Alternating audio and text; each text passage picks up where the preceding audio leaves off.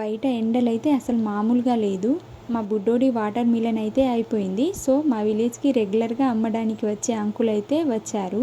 మా అమ్మకి చెప్తే మా అమ్మ అయితే తీసుకుంటుంది. సర్లే నేను కూడా ఒకసారి చూద్దామని అలా బయటికి వచ్చాను. దాంట్లో నుంచి సగం అయితే నాకు ఇచ్చేసింది ఇంకా మా అమ్మ.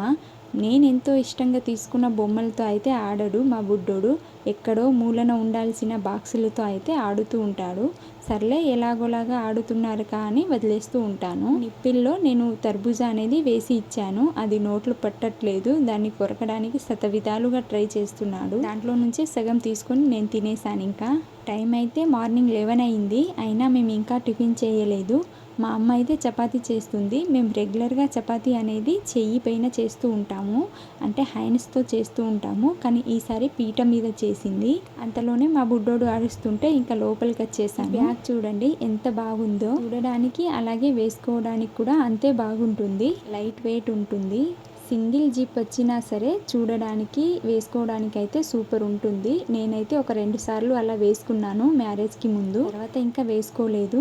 అలా అది గోడకే ఉండిపోయింది. ఇంకా నేను అన్నం తినాలని ప్లేట్ పట్టానో లేదో ఇంకా మా బుడ్డోడైతే ఏడవడం స్టార్ట్ చేశాడు. ఇదేం నాకు కొత్తేమి కాదు, రోజు జరిగే ప్రాసెసే. ఎందుకో మరి చిన్నపిల్లలు తినడం స్టార్ట్ చేసిన వెంటనే ఏడుస్తూ ఉంటారు. నాకైతే మా బుడ్డోడు పుట్టే వరకు తెలియదు. ఒక అమ్మగా లైఫ్ని లీడ్ చేయాలంటే చాలా కష్టం. అసలు మనకు తెలియకుండానే కోపం, సంతోషం రెండూ వస్తూ ఉంటుంది. ఇలా అది క్లాక్ వైజ్గా తిరుగుతూ ఉంటుంది రోజు. అలా ఈవినింగ్ కొద్దిగా అలా వడలు చేశాను. ఇంకా మా తమ్ముడు తింటాడు అని. నచ్చిన ప్లేస్లో నచ్చింది చేయడం ఎప్పుడూ అలసటగా అనిపించదు. నచ్చని ప్లేస్లో అయితే కూర్చోవడం కూడా మనసుకి భారంగా అనిపిస్తూ ఉంటుంది. మా తమ్ముడు ఒక్కడే తినడులేండి, మేము కూడా వాడితో పాటు మింగేస్తాము.